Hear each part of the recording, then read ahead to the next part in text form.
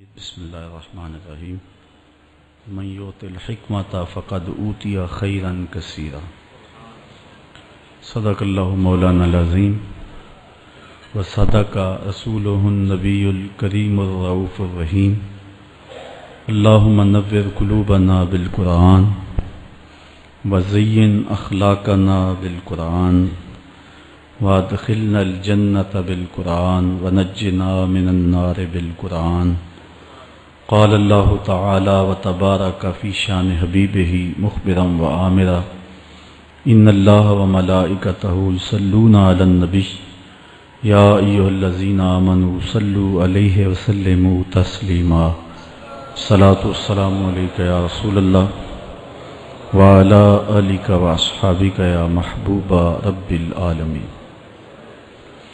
تمام حمد و ثنا تعریف و توصیف اللہ جل مجدہ الکریم کی ذات بابرکات کے لیے جو خالق کائنات بھی ہے اور مالک شش جہات بھی۔ اللہ جل وعلا کی حمد و ثنا کے بعد حضور نبی اکرم شفیع امم رسول محتشم نبی مکرم اللہ کے پیارے امت کے سہارے رب کے محبوب دانائے غیوب مالک رقاب امم فخر عرب و عجم والی کون و مکان سیاہ لا مکان سید انس و جاں سرور لالا رخاں نیر تاباں سر نشین مہوشاں ماہ خوباں شہنشاہ حسینہ تتمہ دوراں سر خیل زہرہ جمالا جلوہ صبح ازل نور ذات لم یزل باعث تکوین عالم فخر آدم و بنی آدم نیر بطحا رازدار ما اوہا شاہد ما طغا صاحب علم نشرہ معصوم آمنہ احمد مجتبیٰ حضرت محمد مصطفیٰ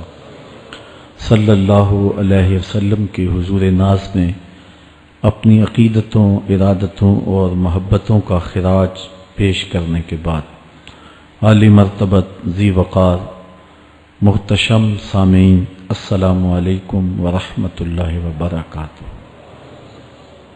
مولا کائنات سیدنا علی المرتضیٰ رضی اللہ تعالی عنہ حضور کے سکے چچا جناب ابو طالب کے فرزند ارجمند ہیں۔ عمر میں حضور سے 30 سال چھوٹے ہیں۔ اللہ تعالیٰ نے حضور علیہ السلام کو جب اعلان نبوت کا ارشاد کیا تو جن خوش نصیب لوگوں نے سب سے پہلے اسلام قبول کیا ان میں نمایاں نام حضرت مولا کائنات سیدنا علی المرتضیٰ کا ہے۔ اس وقت ان کی عمر صرف 10 سال تھی۔ بچوں میں سب سے پہلے اسلام قبول کرنے کا شرف انہیں نصیب ہوا۔ آقا کریم علیہ السلام کے چچا زاد بھائی تھے، لیکن ایک موقع پہ حضور نے ان کو ارشاد کیا انت اخی فی الدنیا والآخرہ، اے علی تو میرا دنیا میں بھی بھائی ہے اور آخرت میں بھی بھائی ہے۔ حضرت مولا کائنات کو حضور علیہ السلام نے مختلف جنگوں میں شرکت کا اعزاز بخشا۔ غزوہ تبوک کے موقع پہ آقا کریم نے ان کو مدینہ المنورہ میں پیچھے بطور امیر چھوڑا تو انہوں نے عرض کی حضور آپ اپنے بھائی کو بچوں اور عورتوں میں چھوڑ کے جا رہے ہیں، تو حضور نے ارشاد فرمایا کہ تیری مثال ایسے ہے جس طرح حضرت موسیٰ علیہ السلام کے ساتھ حضرت ہارون علیہ السلام کی مثال۔ حضرت مولا کائنات کو حضور نے یمن کا حاکم اور امیر بنا کر بھی بھیجا تھا، اور ان کے ساتھ رشتے کی گہرائی یہاں تک ہی نہ رہی بلکہ حضور نے اپنی لاڈلی صاحبزادی حضرت سیدہ فاطمۃ الزہرا رضی اللہ تعالی عنہا کا نکاح بھی حضرت علی المرتضیٰ سے ہی کیا۔ ہجرت کی رات اپنے بستر پہ انہیں لٹایا۔ آقا کریم علیہ السلام نے ان کے لیے بہت سارے اعزازات قائم کیے، اور ان کے فضل و شرف میں بہت ساری احادیث ہیں جو کتب احادیث میں موجود ہیں۔ حضرت زر بن حبیش رضی اللہ تعالی عنہ روایت کرتے ہیں کہ میں نے مولا کائنات سیدنا علی المرتضیٰ سے سنا، وہ فرماتے ہیں کہ رسول کریم نے میرے بارے میں ارشاد کیا کہ اللہ یحبنی الا مومن ولا یبغضنی الا منافق، کہ اے علی تیرے ساتھ مومن کے علاوہ کوئی محبت نہیں کرتا اور منافق کے علاوہ تیرے ساتھ کوئی بغض نہیں رکھتا۔ حضرت علی المرتضیٰ فرماتے ہیں کہ اگر میں کسی مومن کی ناک پر تلوار بھی ماروں تو وہ میرے ساتھ بغض نہیں رکھ سکتا، اس لیے کہ میرے رسول نے فرمایا، اور اگر میں کسی منافق کے سامنے دنیا کے سارے خزانے ڈھیر کر دوں وہ میرے سے پھر بھی محبت نہیں کر سکتا۔ حضرت مولا کائنات رضی اللہ تعالی عنہ اللہ اور اس کے رسول کے محبوب تھے۔ غزوہ خیبر کے موقع پہ حضور نے ارشاد فرمایا، حضرت سہل بن سعد سے روایت مروی ہے، لَأُعْطِيَنَّ هَذِهِ الرَّايَةَ غَدًا رَجُلًا يَفْتَحُ اللَّهُ عَلَى يَدَيْهِ يُحِبُّ اللَّهَ وَرَسُولَهُ وَيُحِبُّهُ اللَّهُ وَرَسُولُهُ۔ فرمایا کہ یہ کل میں اس شخص کے ہاتھ میں پرچم دوں گا کہ جو اللہ اس کے رسول سے پیار کرتا ہے اور اللہ اس کا رسول اس سے پیار کرتے ہیں، اور اللہ اس کے ہاتھوں سے فتح عطا کرے گا۔ کہتے ہیں اگلے دن ہر شخص کے سینے میں دل مچل رہا تھا کہ حضور ہمارا انتخاب کریں اور جھنڈا ہمیں عطا کر دیں، لیکن فرماتے ہیں کہ حضور نے ارشاد فرمایا، این علی بن ابی طالب، علی بن ابی طالب کہاں ہے؟ تو ہم نے عرض کی کہ حضور ان کی آنکھوں میں آشوب ہے۔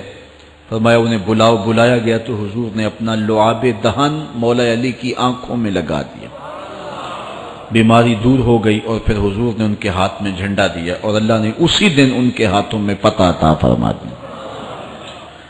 حضرت زید بن ارقم رضی اللہ تعالی عنہ سے روایت مروی ہے، اس کو تھوڑے سے الفاظ کے فرق کے ساتھ حضرت برا بن عازب نے بھی روایت کیا، ترمذی میں یہ حدیث ہے، اور یہ کسی ایک صحابی سے مروی نہیں ہے، اس حدیث کی شہادت 30 صحابہ نے دی ہے۔ بعض علماء نے لکھا ہے کہ یہ حد تواتر تک پہنچتی ہے، اور یہ صحیح ترین حدیث ہے۔ 30 صحابہ نے یہ حدیث حضور علیہ السلام سے سنی اور اس کی گواہی دی۔ حضرت زید بن ارقم رضی اللہ تعالیٰ عنہ روایت کرتے ہیں کہ حضور نے ارشاد فرمایا، من کنت مولاہ فعلی مولا، جس کا میں مولا ہوں اس کا علی مولا ہے۔ حضرت عمران بن حسین روایت کرتے ہیں کہ حضور نے مولا کائنات سیدنا علی المرتضیٰ کے بارے میں ارشاد کیا، ان علی منی وانا منہ وہو ولی کل مومن، علی مجھ سے ہے اور میں علی سے ہوں اور وہ ہر مومن کا ولی ہے۔ حضرت ام سلمہ کہتی ہیں کہ میں نے حضور سے سنا، ارشاد فرماتے تھے، لا یحب علی منافق ولا یبغضہ مومن، علی سے منافق پیار نہیں کرتا اور مومن بغض نہیں رکھتا۔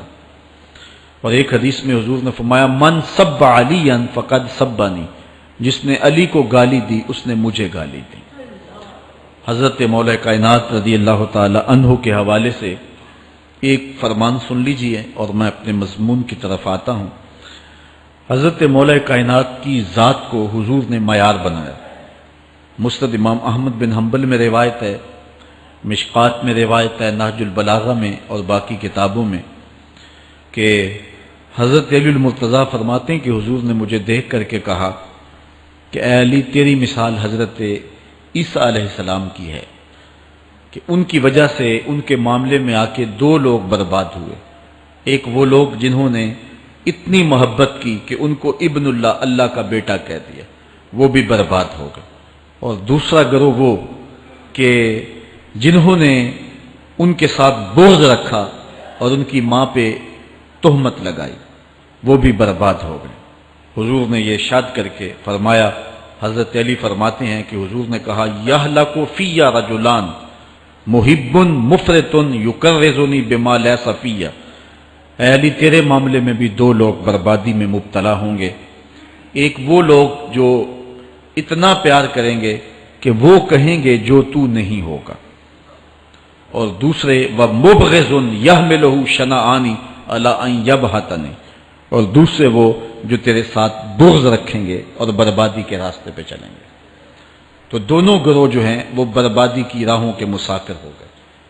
ایک نے محبت کی اور اس قدر محبت کی کہ وہ کہا جو حضرت علی نہیں تھے۔ حضرت مولا کائنات کے زمانے میں کچھ لوگ آپ کی دہلیز پہ آئے اور کہا یا علی انت ربنا انت خالقنا انت الہنا، اے علی تم ہمارے رب ہو، تم ہمارے خالق ہو، تم ہمارے معبود ہو۔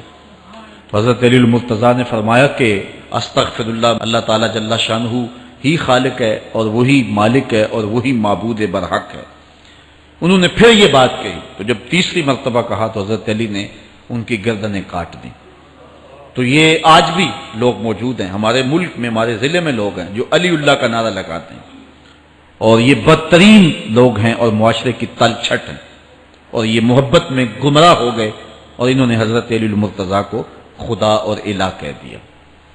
دوسرا طبقہ ہے جو حضرت علی المرتضیٰ کو الہ اور خدا تو نہیں کہتا، لیکن انہیں نبیوں سے افضل مانتا ہے۔ بلکہ شیخ محدث دہلوی علیہ رحمہ نے تحفہ اثنا عشریہ میں باقاعدہ اس قول کو بیان کر کے اس کی تردید کی ہے کہ جو ایک طبقے کا خیال ہے کہ حضرت جبرائیل علیہ السلام کو نبوت دینے میں غلطی لگ گئی تھی، وہ دینی تھی حضرت علی کو اور دے گئے حضور کو، تو آپ نے اس کا رد کیا ہے۔ ایک طبقہ نبیوں سے حضرت علی المرتضیٰ رضی اللہ تعالیٰ عنہ کو افضل مانتا ہے، اور یہ طبقہ بہت سارا پایا جاتا ہے۔ میں نے اپنے ان کانوں سے جو ہے یہ باتیں سنی ہوئی ہیں اور آپ نے بھی سنی ہوئی ہوں گی کہ نبیوں سے حضرت مولا کائنات کو افضل مانتے ہیں، اور یہ بھی گمراہوں کا ٹولہ ہے۔ تیسرا طبقہ وہ ہے جو نبیوں سے افضل تو نہیں مانتا لیکن معصوم مانتا ہے، یہ گمان کرتا ہے کہ حضرت علی رضی اللہ تعالی عنہ بھی اس شان کے مالک ہیں جو معصومیت کی شان انبیاء علیہ السلام کو دی گئی۔ یہ 12 امام اور 14 معصوم کا لفظ آپ نے سنا ہوگا، ہمارے جاہل مولوی بھی بول دیتے ہیں بعض کا، معصوم صرف انبیاء کی ذوات ہیں۔ اولیاء اہل بیت محفوظ ہیں، معصوم نہیں ہیں۔ معصوم صرف ذوات انبیاء ہیں، اور یہ انہی کا اعزاز ہے، ان کے علاوہ یہ اعزاز کسی اور کو حاصل نہیں ہو سکتا۔ چوتھا طبقہ وہ ہے کہ جو حضرت علی المرتضیٰ رضی اللہ تعالی عنہ کو حضرت ابو بکر و عمر رضی اللہ تعالی عنہما سے بھی افضل مانتا ہے۔ خود مولا کائنات نے فرمایا کہ جو لوگ مجھے شیخین سے افضل کہتے ہیں میں ان کے اوپر وہ حد جاری کروں گا جو ایک جھوٹے پہ جاری ہوتی ہے۔ حضرت محمد بن حنفیہ کہتے ہیں جو حضرت مولا کائنات کے بیٹے ہیں کہ میں نے اپنے باپ علی سے پوچھا کہ اس امت میں سب سے افضل شخص کون ہے؟ قال ابو بکر، کہا امت میں سب سے افضل شخص کا نام ابو بکر ہے۔ کہتے ہیں میں نے کہا ثم من، پھر کون؟ قال عمر، تو کہا حضرت عمر رضی اللہ تعالی عنہ۔ تو یہ ان کا اپنا عقیدہ ہے۔ یہ کہا جاتا ہے کہ حضرت علی رضی اللہ تعالی عنہ کا حق غصب کر لیا گیا۔ حضرت علی خود فرماتے ہیں کہ اگر حضور نے میرے بارے خلافت کی وصیت کی ہوتی تو میرے پاس صرف ایک تلوار اور ایک چادر بھی ہوتی تو میں آخر دم تک لڑتا۔ شیر خدا ہو اور اللہ کا رسول وصیت کرے اور وہ چھپ کے بیٹھا رہے، یہ کیسے ہو سکتا ہے؟ تو یہ حفوات ہیں اور یہ اباطیل ہیں، اور یہ جو ہیں وہ شر ہے جو معاشرے کے اندر پھیلی ہے۔ مخبر صادق نے پہلے خبر دی کچھ لوگ محبت میں گمراہ ہوں، وَمُبْغِضٌ يَحْمِلُهُ شَنَآنِ عَلَىٰ أَن يَبْهَتَنِ، اور کچھ لوگ جو ہیں وہ بغض میں برباد ہو جائیں۔ ایسے لوگ بھی دھرتی پہ موجود ہیں کہ مولا کائنات کا نام لیا جائے تو ان کو گوارا نہیں ہوتا۔ خود حضرت مولا کائنات کے زمانے میں ایسے لوگ موجود تھے، آپ کو شہید کیا گیا ہے۔ اسلام کی تاریخ انتہائی دردناک ہے۔ حضرت مولا کائنات رضی اللہ تعالی عنہ کو ابن ملجم نامی بدبخت نے جو ہے وہ تلوار کا وار کر کے جو زہر میں بجھی ہوئی تھی شہید کیا ہے۔ تو یہ بغض اور دشمنی رکھنے والے لوگ تھے جو زمانے میں موجود تھے۔ ایک طرف ایسے تھے جو الہ اور معبود کہتے تھے، اور آپ جانتے ہیں کہ حضرت علی المرتضیٰ رضی اللہ تعالی عنہ کی قبر لوگوں کی نظر سے چھپا کے بنائی گئی، اس ڈر سے کہ لوگ آپ کی قبر کو اکھیڑ نہ دیں، کیونکہ خارجی اس قدر جو ہے وہ زور آور ہو گئے ہوئے تھے۔ اسلام کی تاریخ دردناک ہے۔ حضور علیہ السلام فرماتے ہیں جتنے دکھ مجھے دیے گئے کسی کو نہیں دیے گئے، کسی نبی کو نہیں پہنچے۔ حضرت صدیق اکبر رضی اللہ تعالیٰ عنہ کی 2 سال 2 ماہ 8 دن دور خلافت، آپ کا زمانہ دیکھیں، ٹکنے نہیں دیا گیا، سازشیں، مصائب، اعلان۔ حضرت سیدنا عمر رضی اللہ تعالیٰ عنہ کو شہید کیا گیا، حضرت عثمان غنی رضی اللہ تعالیٰ عنہ پہ 40 دن پانی بند رکھا گیا اور پھر انہیں شہید کیا گیا، حضرت مولا کائنات شہید کیے گئے، حضرت امام حسن کو زہر دیا گیا، حضرت امام حسین کو بچوں کے سامنے ذبح کر دیا گیا، حضرت امام اعظم ابو حنیفہ کی وفات جیل میں ہوئی ہے، امام احمد بن حنبل کے بدن پہ اتنے کوڑوں کے نشان تھے کہ جب قمیض اٹھاتے تھے تو ہر جگہ کوڑوں کے نشان ہی نظر آتے، امام مالک کو مدینے کی گلیوں میں گدھے کے اوپر بٹھا کے کالا منہ کر کے وقت کے حاکم نے پھرایا، حضرت مجدد الفسانی علیہ رحمہ کو گوالیار کے قلعے میں جو ہے وہ قید کیا گیا، علامہ فضل حق خیر آبادی کو جزیرہ انڈمان کالے پانیوں کی سزا دی گئی۔ اہل حق کی تاریخ دیکھیں، دردناک تاریخ ہے، آج بھی کابل میں، کندھار میں، قلعہ جنگی میں، دشت لیلہ میں، تورا بورا میں، تکریت میں، موصل میں، بغداد میں، کشمیر میں، غزہ میں، یہاں برما میں دیکھو کون سی قیامت نہیں توڑی جا رہی ہے۔ ہمارے ساتھ ماضی دیکھیں تو ہمیں بغداد کی وہ دردناک کہانی سامنے آتی ہے جب انسانی کھوپڑیوں کا مینار تعمیر کیا جا رہا ہے اور منگول سردار نے اپنی فوج کو حکم دیا تھا کہ جو کسی مسلمان کا سر نہیں لائے گا اس کا سر کاٹ کے اس مینار پہ لگائیں گے، پھر لوگ پیسے لے کے پھرتے تھے کہ مسلمان کا پتہ دے اور اس کی کھوپڑی کاٹی جائے۔ کچھ لوگ جان چھپانے کے لیے تہہ خانوں میں گھس گئے، پھر دجلہ کا بند توڑا گیا، 1.25 لاکھ لاشیں ہم نے تہہ خانوں سے نکالی تھی۔ اندلس کی تاریخ پڑھیں، ہمارے ساتھ جو قیامت توڑی گئی، مصر کے اندر 30,000 فاطمی کو شہید کیے گئے۔ غریب و سادہ و رنگی ہے داستان حرم، نہایت اس کی حسین اور ابتدا ہے اسماعیل۔ یہ اسلام کی تاریخی درد سے، خون سے بھری پڑی ہے۔ تو حضرت مولا کائنات سیدنا علی المرتضیٰ رضی اللہ تعالی عنہ کو اس وقت اگر خدا کہنے والے بدبخت تھے تو ان کو شہید کرنے والے اور اس ڈر سے کہ ان کی قبر کو کھیڑ نہ دیا جائے، خارجی اتنے زور آور ہیں تو ان کو جو ہے وہ لوگوں کی نظروں سے چھپا کر کے جو ہے وہ رکھا گیا۔ اور ایک دور وہ بھی آیا کہ ممبروں پہ بیٹھ کے مولا علی کو گالیاں دی جاتی تھی۔ یہ تاریخ میں یہ دور بھی آیا، آپ پڑھیں تاریخ، بنو امیہ کیسا دور بھی دنیا نے دیکھا ہے۔ اسی لیے حضور نے فرمایا تھا من سب علی فقد سبانی، جس نے میرے علی کو گالی دی اس نے مجھے گالی دی۔ اور لوگوں نے ممبروں پہ بیٹھ کے باقاعدہ حکومت کی طرف سے یہ جو ہے وہ قانون تھا کہ تمہارا خطبہ مکمل نہیں ہوگا جب تک علی کو گالی نہیں دو گے۔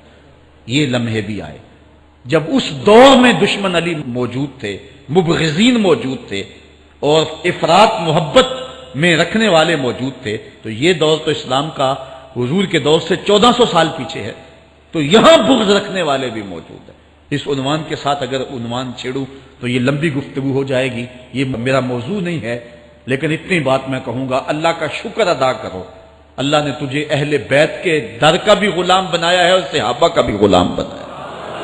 کچھ لوگ صحابہ کا نام لے کے اہل بیت کو برا کہتے ہیں، کچھ اہل بیت کا نام لے کے صحابہ کے خلاف بکواس کرتے ہیں۔ ہمارے بزرگ فرمایا کرتے تھے صحابہ نبی کے در والے ہیں، اہل بیت نبی کے گھر والے ہیں۔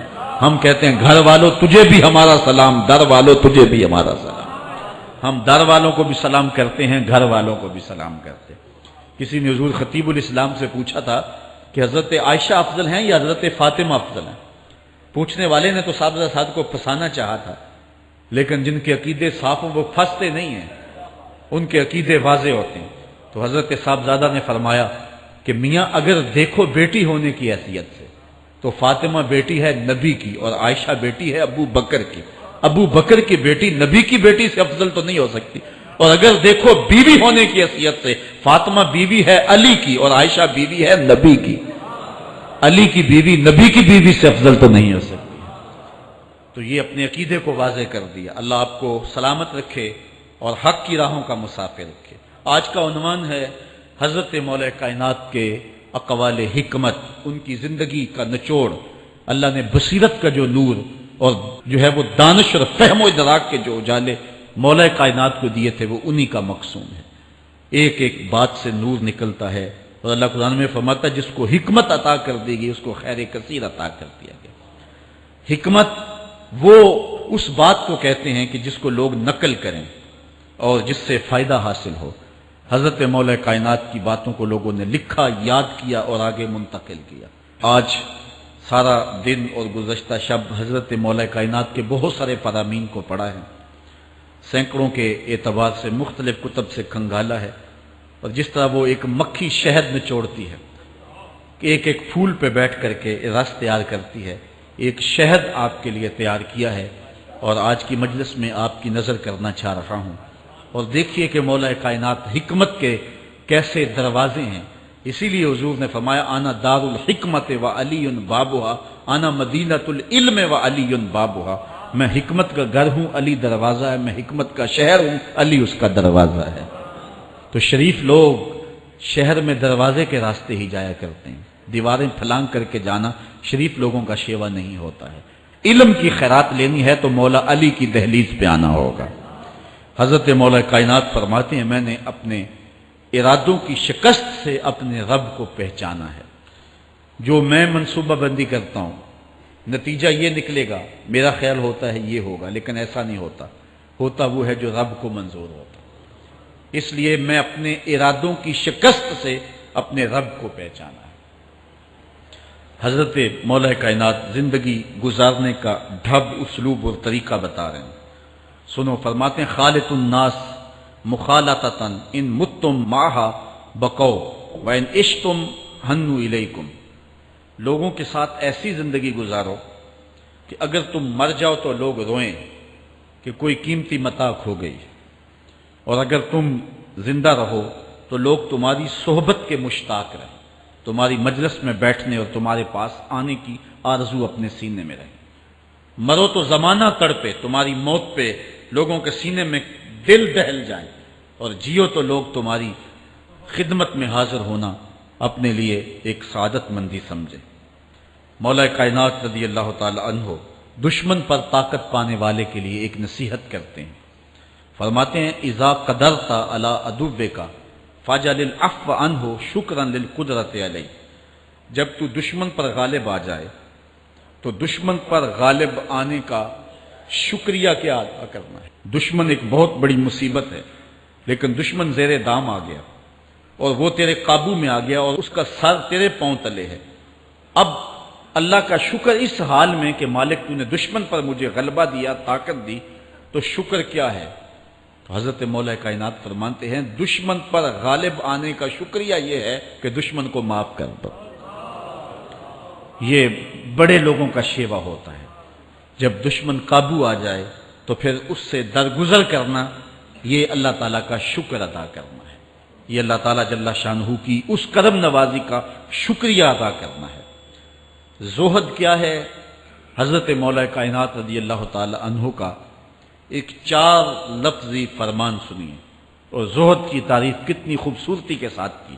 فرمانے لگے افضل الزہد اخفاء الزہد، بہترین زہد یہ ہے کہ زہد کو پوشیدہ رکھا جائے، بہترین زہد یہ ہے کہ زہد کو پوشیدہ رکھا جائے۔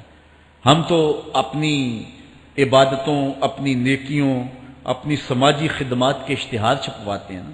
وہ کسی زمانے میں ہم سنتے تھے نیکی کر دریا میں ڈال، اور اب کہتے ہیں نیکی کر اخبار میں ڈال۔ یہاں زہد، ترک دنیا، اللہ تعالیٰ کی عبادت کا جو ذوق بندے کو نصیب ہوتا ہے، وہ بہترین اور افضل زہد کیا ہے؟ کہا زہد کو پوشیدہ رکھنا، یہ افضل زہد ہے۔ حضرت مولا کائنات کا ایک اور فرمان سنیے، اشرف الغنا ترک المنا، بہترین دولت مندی کیا ہے؟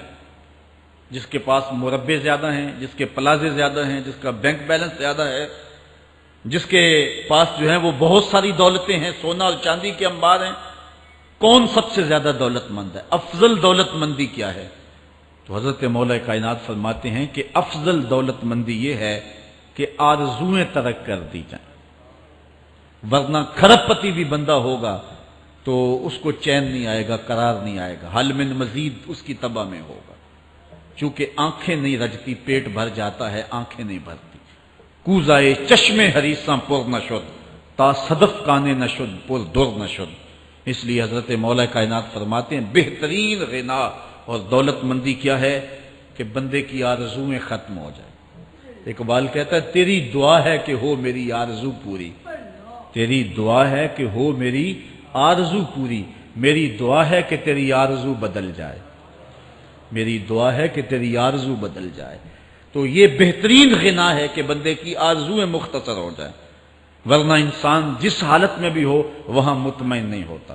کروڑ پتی ارب پتی کو دیکھتا ہے، ارب پتی کھرب پتی کو دیکھتا ہے، کھرب پتی اپنے سے آگے دیکھتا ہے۔ اس لیے جب آرزویں مختصر ہوں گی تو بندہ جس حالت پہ بھی ہوگا راضی ہوگا، اور بندہ اپنی حالت پہ راضی ہو جائے تو یہ اللہ کی رضا کا سبب ہے۔ حضرت مولا کائنات کا ہی ایک قول ہے، جو اللہ کے عطا کردہ تھوڑے رزق پہ راضی ہو گیا، اللہ تعالیٰ قیامت کے دن اس کے تھوڑے عملوں پہ راضی ہو جائے۔ یہ اللہ کی کرم نوازیوں کے رنگ ہیں۔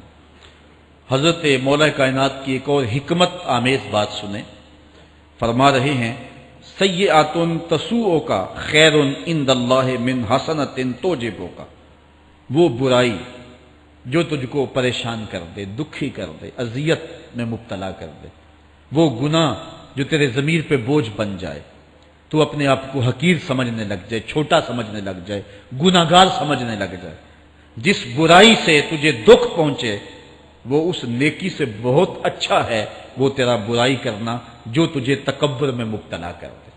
جس نیکی سے تو متکبر ہو جائے، انسان کو انسان نہ سمجھے، مخلوق کو کیڑے مکوڑے سمجھے، اپنے سجدوں پہ ناز کرے، ان سجدوں سے وہ برائی بہتر ہے جو تیرے اندر عجز پیدا کر دے، تیرے اندر نرمی پیدا کر دے، تیرے اندر جو ہے وہ ایک رکت پیدا کر دے۔ وہ برائی جو ہے وہ اس نیکی سے بہتر ہے۔ حضرت مولا کائنات کا ایک اور فرمان دیکھیے، لا غنا کل عقل ولا فقر کل جہل ولا میراث کل ادب ولا ظہیر کل مشاورہ۔ کتنی خوبصورت باتیں ارشاد فرمائیں۔ فرمایا عقل جیسی دولت کوئی نہیں، عقل جیسی دولت کوئی نہیں ہے، اور جہالت جیسی غربت کوئی نہیں۔ جو شخص جاہل ہے وہ کروڑوں میں بھی کھیلتا ہے تو وہ غریب ہے۔ اللہ نے عقل کا چراغ دیا ہے تو اس کے پاس دولت نہیں بھی ہے تو عقل بہت بڑی دولت ہے۔ تیسری بات، ولا میراث کل ادب، اور ادب جیسی وراثت کوئی نہیں۔ ایک بندے کو ادب کی دولت مل گئی تو اس کو سب کچھ مل گیا۔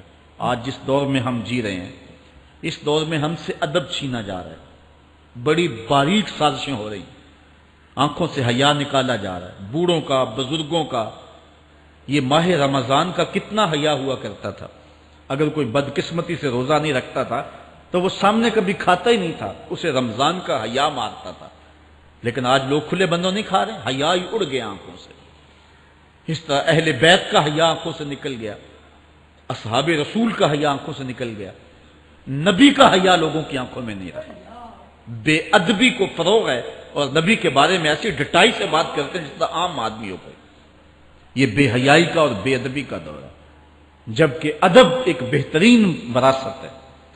اگر آپ مجھے پوچھیں کہ دین کیا ہے، ایک تو ہے کہ 3 گھنٹے کا واز کیا جائے کہ دین یہ ہے، اور ایک ہے کہ 2 لفظوں کے اندر بتایا جائے دین کیا ہے۔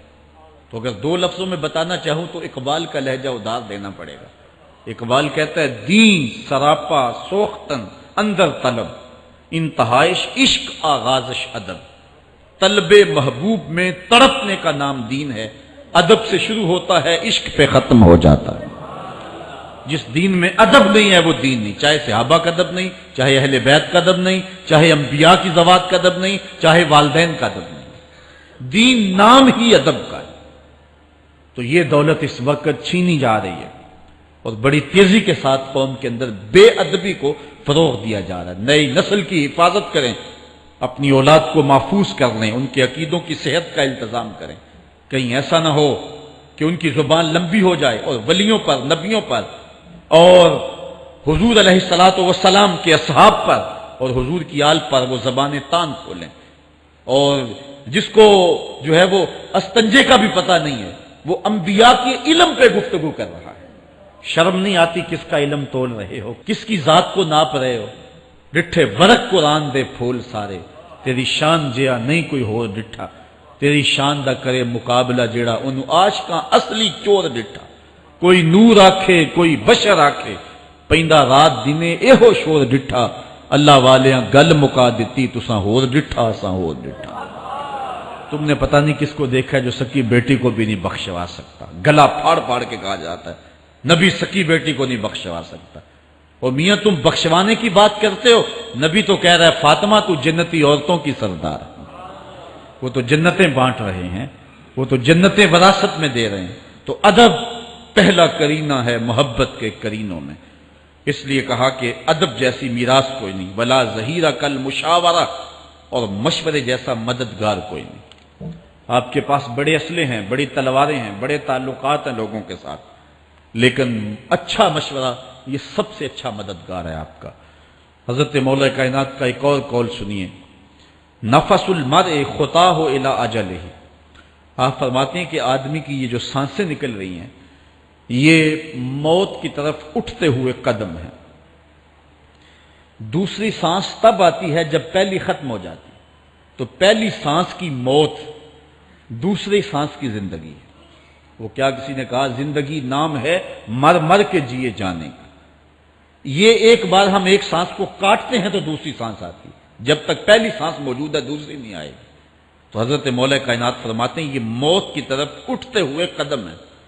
آپ رکے ہوں اشارے پہ، تو ہمارے یہ پنڈی بائی پاس پہ جو اشارے لگے ہیں یہ 125 سے بھی چلتے ہیں، 125 سے پیچھے آ رہے ہیں، 20 سے 25 سے 50 سے 100 سے 125 سے پیچھے آ رہے ہیں۔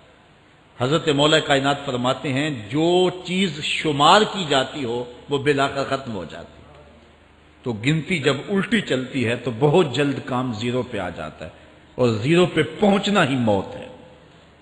تو زندگی کی یہ سانسیں یہ الٹی چل رہی ہیں، اور میں اور آپ لمحہ لمحہ موت کے قریب ہو رہے ہیں۔ ہم جو ہے وہ اپنی زندگی کی سالگرہ منا رہے ہیں، ہم کہتے ہیں کہ ہم اتنے بڑے ہو گئے، میاں بڑے نہیں ہوئے، چھوٹے ہو گئے، موت بالکل قریب آ گئی ہے۔ اللہ اکبر۔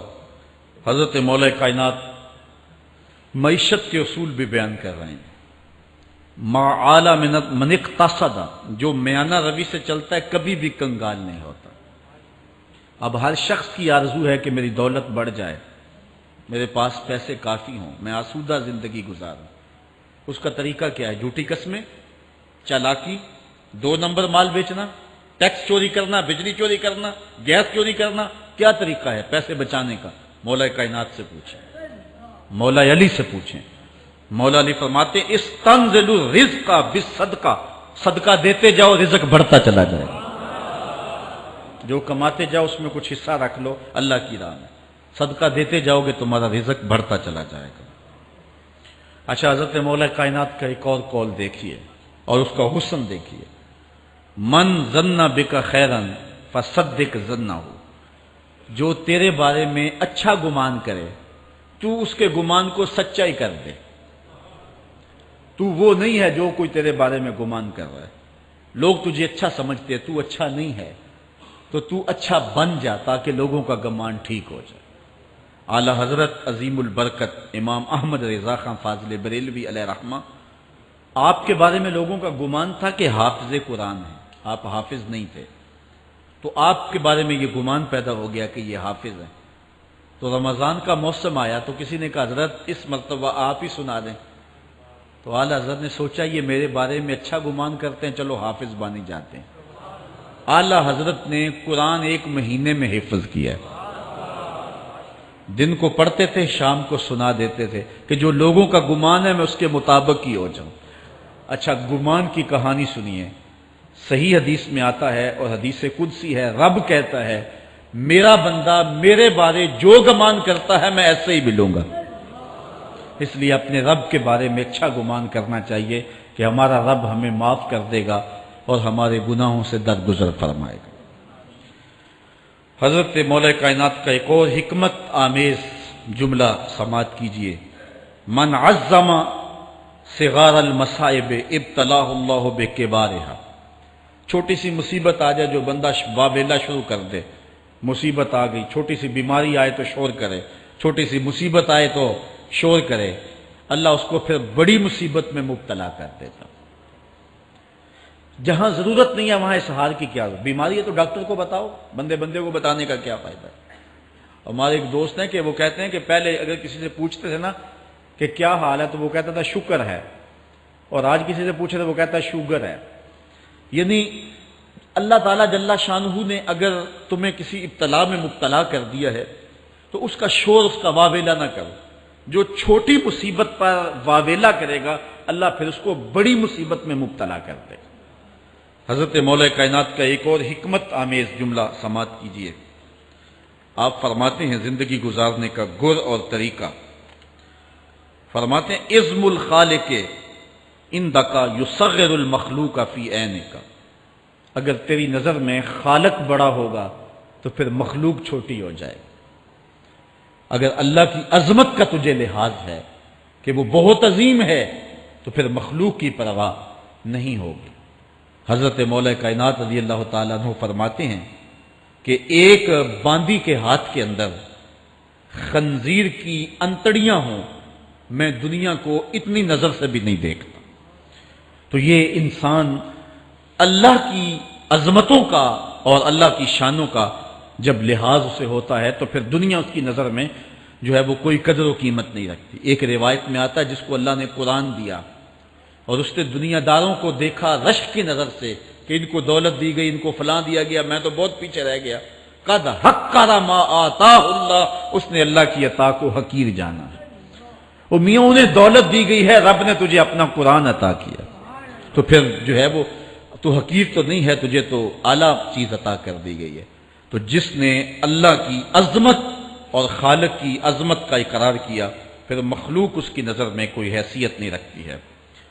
کن فی الفتنۃ کابن اللبون لا زہر فیرکب ولا درع فیحلب، جب فتنے دنیا پہ پھیل جائیں تو مولا کائنات نصیحت کرتے ہیں پھر زندگی کیسے گزارنی۔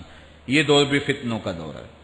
حضرت مولا کائنات فرماتے ہیں جب فتنے معاشرے میں پھیل جائیں تو پھر اونٹ کے 2 سالہ بچے کی طرح ہو جا کہ اگر لوگ اس پہ سواری کرنا چاہیں تو وہ سواری کے قابل نہ ہو، اور لوگ اگر اس کا دودھ دونا چاہیں تو وہ دودھ نہ دے، یعنی وہ فتنے کو کسی طرح سے بھی تقویت نہ دے، اس طرح کا ہو جا جس طرح اونٹنی کا 2 سال کا بچہ ہوتا ہے۔ حضرت مولا کائنات فرماتے ہیں من حاسب نفسہ رابحہ ومن غفل عنہا خاسرہ ومن خاف آمنہ ومن اعتبر ابصر ومن ابصر فہم ومن فہم عالم، فرماتے ہیں کہ جس نے اپنے نفس کا محاسبہ کیا اس نے نجات پا لی، اور جو اپنے نفس کے محاسبے سے غافل رہ گیا اس نے خسارے کا سودا کیا۔ جو اللہ سے ڈرا وہ امن پا گیا، اور جس نے زندگی سے عبرت حاصل کی اس کی آنکھوں میں روشنی آ گئی، بصیرت کا اسے نور مل گیا، اور جسے بصیرت کا نور مل گیا وہ فہم و فراست کی دولت سے مالا مال ہو گیا۔ ومن فہم عالم، اور جس کو فہم مل گیا وہی شخص عالم بن گیا۔ مختلف سیغے یاد کرنے سے عالم نہیں بنتا، فہم و فراست کا نور اگر مل جائے تو یہ ہے علم کا جمال، آخرت کی فکر رکھنے والا عالم۔ بلکہ مولا کائنات فرماتے ہیں العلم علمان مطبوع و مسموع، علم 2 علم ہے، ایک وہ ہے جو من میں راسخ ہو اور ایک وہ ہے جو کانوں تک رہتا ہو۔ فرماتے ہیں ولا ينفع المسموع اذا لم يكن المطبوع، جو سنا ہوا علم نفع نہیں دیتا جب تک وہ من میں اتر نہ جائے اور باطن کے اندر روشنی نہ کر دے۔ حضرت مولا کائنات کی ایک اور نصیحت ذرا غور سے سنیے، فرمایا تمہارے سامنے نیکوکار اور بدکار برابر نہ ہو، کہ نیک بھی جو ہے وہ اسی انداز میں ہو اور برا بھی، اس کا سلوک بھی تمہارا ایک جیسا ہی ہو۔ ایسا کرنے سے نیکوں کی ہمت پست ہو جائے گی اور خطاکار اور بھی شوخ ہو جائیں گے۔ ہر آدمی کو وہ مقام دینا چاہیے جس کا وہ اپنے عمل کے اعتبار سے مستحق ہے۔ اصل خرابی ہوئی تب ہے ہمارے آراس میں، ہماری محافل نعت میں، ہماری مجالس میں وہ لوگ مہمان خصوصی بنے جن کے پاس دولت زیادہ تھی، چاہے کردار کے لحاظ سے وہ کتنے ہی پست کیوں نہ ہو، اور جن کے پاس دولت نہیں ہے چاہے وہ کردار کے اعتبار سے جتنے مرضی بلند کیوں نہیں ہے، انہیں عزت کی مسند پہ نہیں بٹھایا گیا۔ میں نے اپنی ان آنکھوں سے گجرانوالہ کے ایک اسٹیج پہ دیکھا کہ ایک محفل نعت تھی اور ایک بوڑھا شخص سفید ریش، وہ اسٹیج پہ شوق میں کہ میں نعت خانوں کو قریب سے دیکھوں، وہ آ کے بیٹھ گیا اور منتظمین نے جو ہے وہ سیکورٹی کو حکم دیا اس بابے کو اٹھاؤ اور اس کو جو ہے وہ نیچے کرو۔ یعنی لوگوں کی قدر و منزلت ان کے دولت کے قد کے مطابق کی جاتی۔ جو کل شراب خانے میں مہمان خصوصی تھا آج وہ محفل نعت میں مہمان خصوصی ہے، جو جتنا بڑا ڈاکو ہے اتنا ہی بڑا جو ہے وہ عزت پاتا ہے۔ کیوں؟ دین میں تو عزت ان کو ہونی چاہیے جو دیندار، ان اکرمکم عند اللہ اتقاکم، جو سب سے زیادہ متقی ہوگا اللہ کے نزدیک وہی عزت والا ہوگا۔ تو ایک بندے کو دنیا میں بھی عزت ہے اور مصلی اور محراب اور جو ہے وہ عرس اور پیر خانے میں بھی اس کو عزت ہے، تو پھر یہ حوصلہ شکنی ہے تقوی والوں کی۔ حضرت مولا کائنات فرماتے ہیں اور خطا کار اور بھی شوق ہو جائے گا۔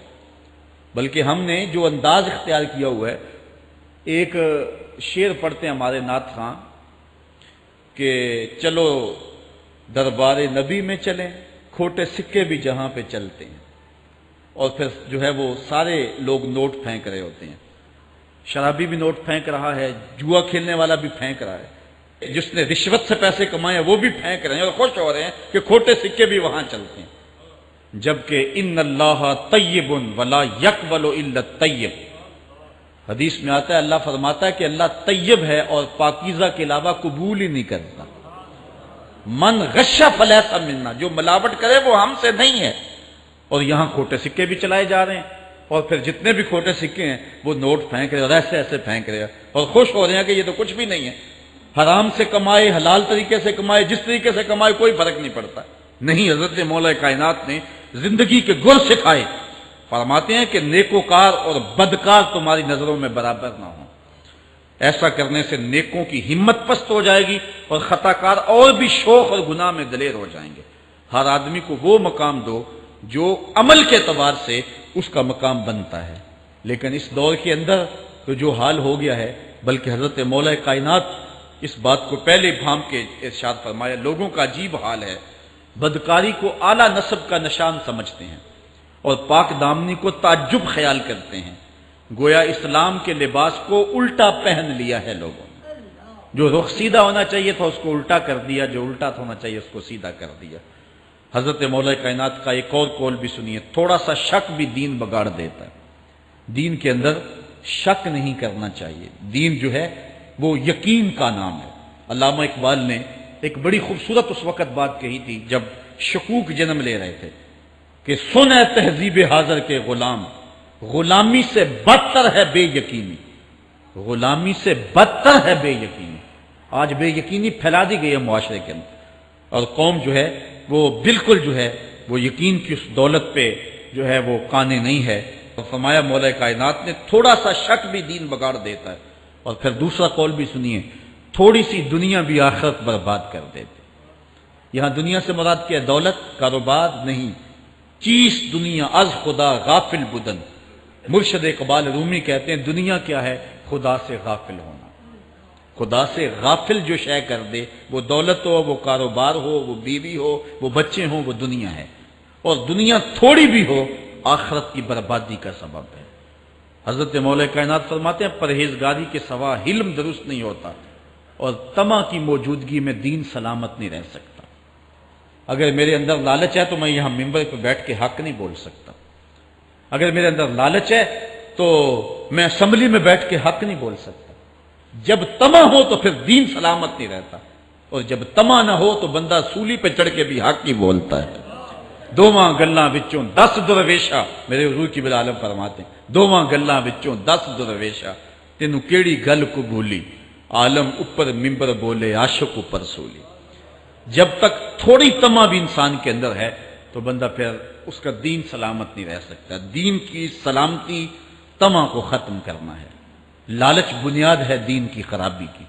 یہ وہ حکمت بری باتیں تھیں جو مولا کائنات سید علی المرتضیٰ رضی اللہ تعالی عنہ کی ہمارے تک پہنچی، اور انہوں نے زندگی گزارنے کا ڈھب، اسلوب اور گر سکھایا۔ آفاق کے ہر ہر گوشے میں قرآن سنا کر دم لینا، اب رکنا نہیں، اب تھمنا نہیں، فردوس میں جا کر دم لینا،